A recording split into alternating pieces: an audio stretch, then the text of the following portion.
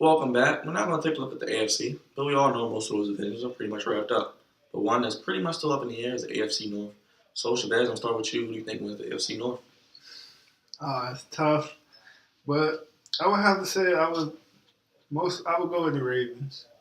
I feel like Cleveland still has a fighting chance with Money Manziel taking over, but I think Baltimore, they haven't played great, but they're a team that can get in and cause problems because they've been there before. But yeah, I'd probably say the Baltimore Ravens are going to wrap up the AFC North. Chris? I would go with the team and the quarterback that I trust the most. So I would go with the Ravens. The rest of their schedule is soft. Cincinnati's schedule is very difficult.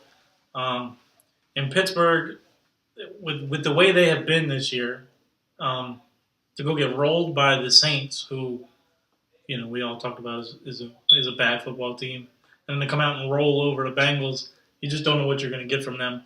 So I can't pick them because I don't trust them to win the next 3 games, and I think that's what it'll take to beat out Baltimore.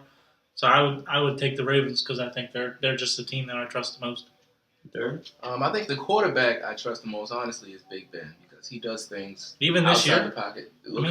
He's been very impressive with Antonio Brown. When they're here, he's like the rest of the team. I don't think when they lose, I don't ever think it's because of Big Ben in that offense. I just think I'm picking Baltimore to win the division. Let's start there. I'm going to pick Baltimore to win the division, but it's because of that Steelers defense. That secondary is terrible. A.J. Green just torched them. And if it weren't for them to score in, I think 30 or some odd unanswered points to win that game, their defense, was on the downside in that one as well. So I feel like the Baltimore Ravens played the best defense of any team in that division. Mm-hmm. And I think they have the most consistent quarterback play in big games. Joe Flacco comes to play when it's time for him to come to play. I think the Ravens will probably win out. They have Jacksonville, Houston, and Cleveland left.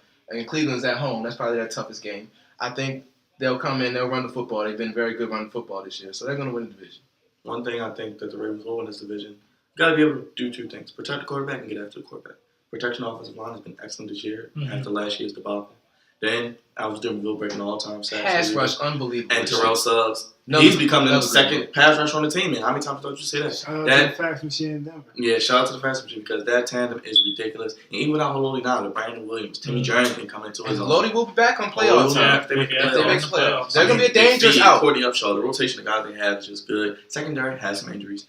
There's a lot of injuries. We don't know what the Steelers are. Week to week, they'll beat, like I said, Cincinnati. What I do know every week is that secondary is very suspect. They'll lose to the Jets. They lost to the Bucs. They lost to the Bucs. That was at home, wasn't it? Yes, it was. That was a home loss. So you can't trust. But the wild card here is Johnny Manziel. He's going to start this week, probably for the rest of the season. Yeah. Do they get hot? They have a good run game. They have a pretty solid defense, and Josh Gordon is back, and I think he's relishing that fact play with Manziel. I think Cleveland has one too many rookies. Both their running backs, the tandem, both of them are rookies. Manziel's now a rookie. You don't know what you're going to get from him. That instability is why I think Cleveland falls out of this race. Yeah, that's like I think you put the nail on the head. They're a wild card, but not necessarily to win the division, but maybe to affect it. Yeah, beat the Ravens maybe in Baltimore.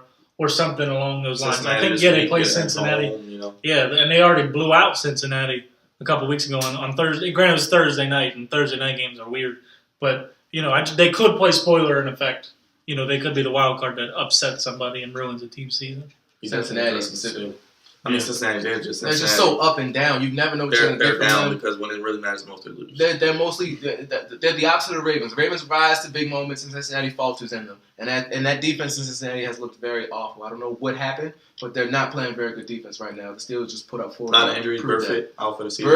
Perfect has been missed. Lost to Michael Johnson. Yeah. That tie against Carolina is really going to hurt them because they had the tiebreaker against Baltimore, beating them twice. And also, they missed a very chip shot field goal, relatively speaking. I think twice. One in overtime. Yeah, the one that decided the game and made it a tie, they missed. Yeah. And I think that may come back to haunt them because if you look at common opponents, Baltimore swept through the NFC South, and they have a pretty good record outside of the division. Looking at the AFC, since for the AFC side, who do you think comes out of the AFC and represents them in the Super Bowl? Looking at who we've seen this season. If I had to pick a team to represent the AFC, preseason I picked New England Patriots. I think I would stick with that pick.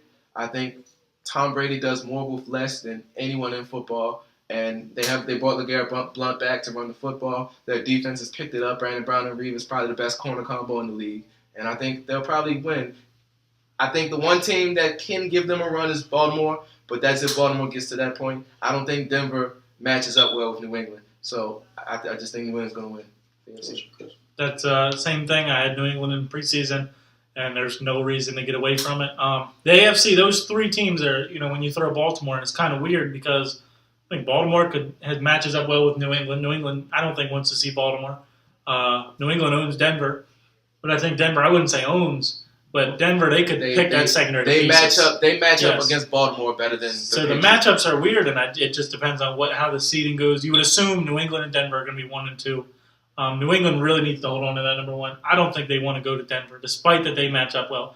I don't think they want to go to Denver. If that game's in Denver, it's going to be a lot more interesting. Exactly. If it's in New England, which I think it will be, I'll take New England. But yeah, the way the seedings play out and the matchups we get could be any of the 3 teams, depending on who has to play who. We haven't mentioned the Colts. Anybody have any feeling toward it? No. Listen, I love Andrew Luck, but they just put too much on that kid's shoulders. They can't run the football, and they don't play defense good consistently enough. They have Vontae Davis. He just went down with an injury, but he was playing very good corner. Mm-hmm. That's the only bright spot for that defense in my eyes. I'm gonna go with the Patriots. Your boys. Yeah, Brady. I feel like Denver. I feel like Denver's not the team that I'm worried about. I feel like Payne Manning's scared. So even if that game was in Denver, you wouldn't. Not at all. I feel like we go in there, we win by at least 10 points. Well, at Baltimore, that's the game I would just the way that the defense can get after Brady. Give the edge, our tackles some pass rushes. And the one game that we did struggle. Kansas City, they destroyed the pass rush. Pass rush. Yeah. And that pass rush is, with 2 edge rushers is very dangerous.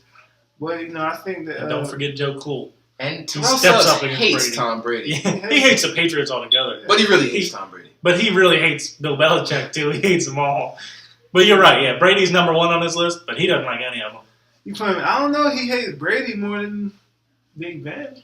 Well, yeah, but Ben's in the division. I feel like Terrell Suggs hates everybody. I don't think he hates. I don't know. He respects some people. I think he respects New England too. I think he just doesn't like. But I think that dislike factor is what brings the best out of T. Sizzle. Yeah, and I think that could be dangerous for the Patriots. Well, like you guys, I picked the Patriots for the season.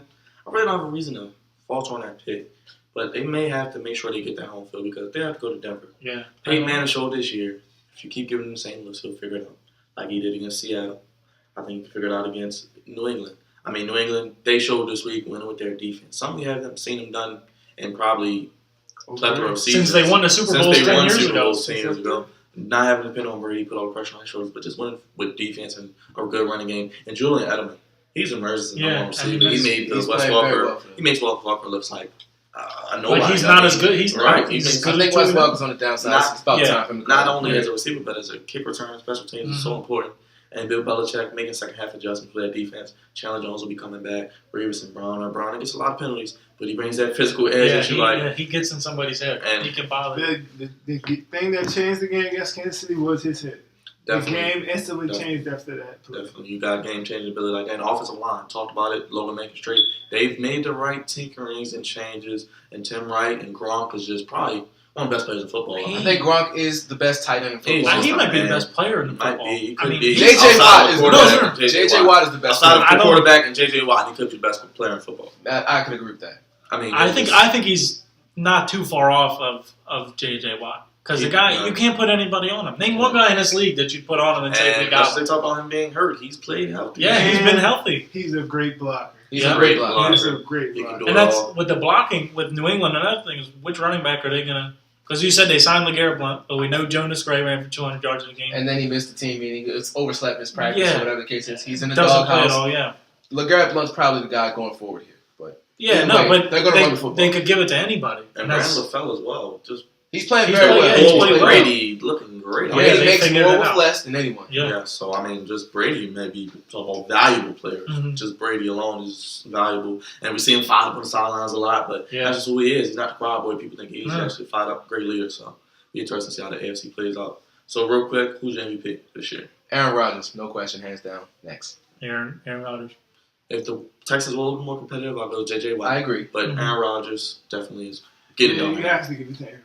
Even though J.J. Watt's playing out of his mind, he's scoring touchdowns. Doing it on both sides of the ball. Probably might play tight end next year. Yeah. Aaron Rodgers is playing out of his mind, so I would give the MVP to Aaron Rodgers. Real quick, NFC. Who do you think's gonna come out the NFC? Seahawks.